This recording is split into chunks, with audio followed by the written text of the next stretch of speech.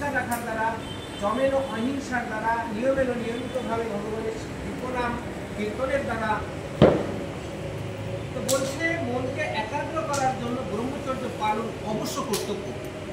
ব্রহ্মচর্যের পালন অবশ্যই কর্তব্য এবং কখনো সে স্তর থেকে পতিত হওয়া উচিত নয়। নিজেকে এমনভাবে গঠন করতে হবে 8 বছর থেকে এই ব্রহ্মচর্যের শিক্ষা ছেলে মেয়েদের দেওয়া উচিত। তো এবং কখনো স্তর থেকে পতিত হওয়া উচিত নয়। বলছে স্বতঃস্ফূর্তভাবে ইন্দ্রিয় সুখ পরিত্যাগ করে তপস্যা চর্চা করা উচিত। এইটাই যে স্বতঃস্ফূর্তভাবে ইন্দ্রিয় সুখ কি করতে হবে? পরিত্যাগ পূর্বক তপস্যা চর্চা করা। ইন্দ্রিয় সুখকে আমাদের কি করা উচিত? স্বতঃস্ফূর্তভাবে ত্যাগ করে এই তপস্যা চর্চাই করা উচিত।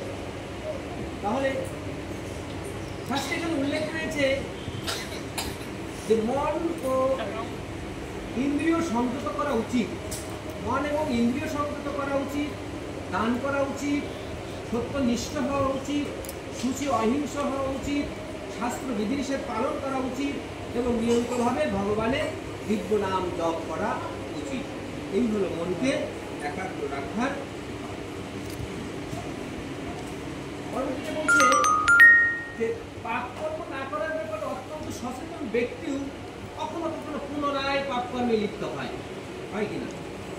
অনেক সচেতন যে আমি আর পাপ করবো না, কিন্তু এরপরে অত্যন্ত সচেতন ব্যক্তি পুনরায় কখনো কখনো আবার পুনরায় সেই পাপ কর্মে লিপ্ত হয়ে যায়। তাই আমি এই পন্থাকে এই পন্থা বলছে তাই আমি এই প্রাচিত্য পন্থাকে হস্তি স্নানের সঙ্গে তুলনা করি। অর্থাৎ সে অত্যন্ত সচেতন ব্যক্তি পুনরায় আবার কি করেছে? সে পাপ করেছে, কিন্তু তারপরে বলেছে এই পন্থাকে আমি হস্তি স্নানের সঙ্গে তুলনা করি।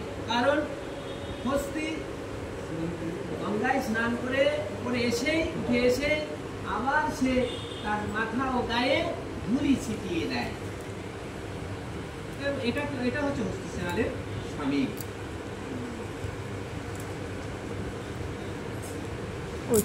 তো এরপরে বলছে যে যারা সম্পূর্ণরূপে শুদ্ধ কৃষ্ণ ভক্তির পন্থা অবলম্বন করেছেন তারাই কেবল পাপ কর্মরূপ আগাছাকে সমূলে উৎপাটন করতে পারেন।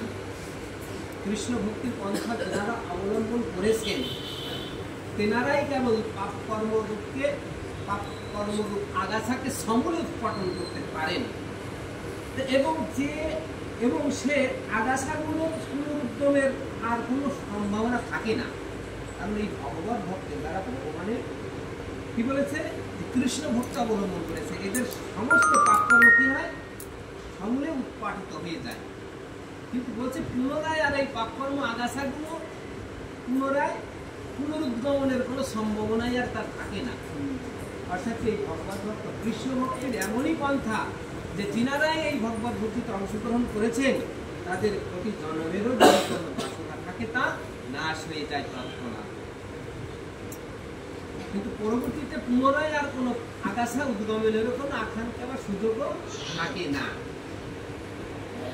তাই ভগবত ভক্তি অনুশীলনের প্রভাবেই কেবল তা সম্ভব হয়। ঠিক যেমন সূর্য তার কিরণের দ্বারা অচিরেই কুয়াশা দূর করে দেয়। সূর্য তার প্রাতকালের আগমনের দ্বারা এই কুয়াশা কি করেন? অচিরেই তিনি দূর করে দেন। তেমনি এই ভগবত ভক্তির অনুশীলন তার জীবনের সমস্ত প্রকারের মলিনতা একেবারে নাশ করে দেন।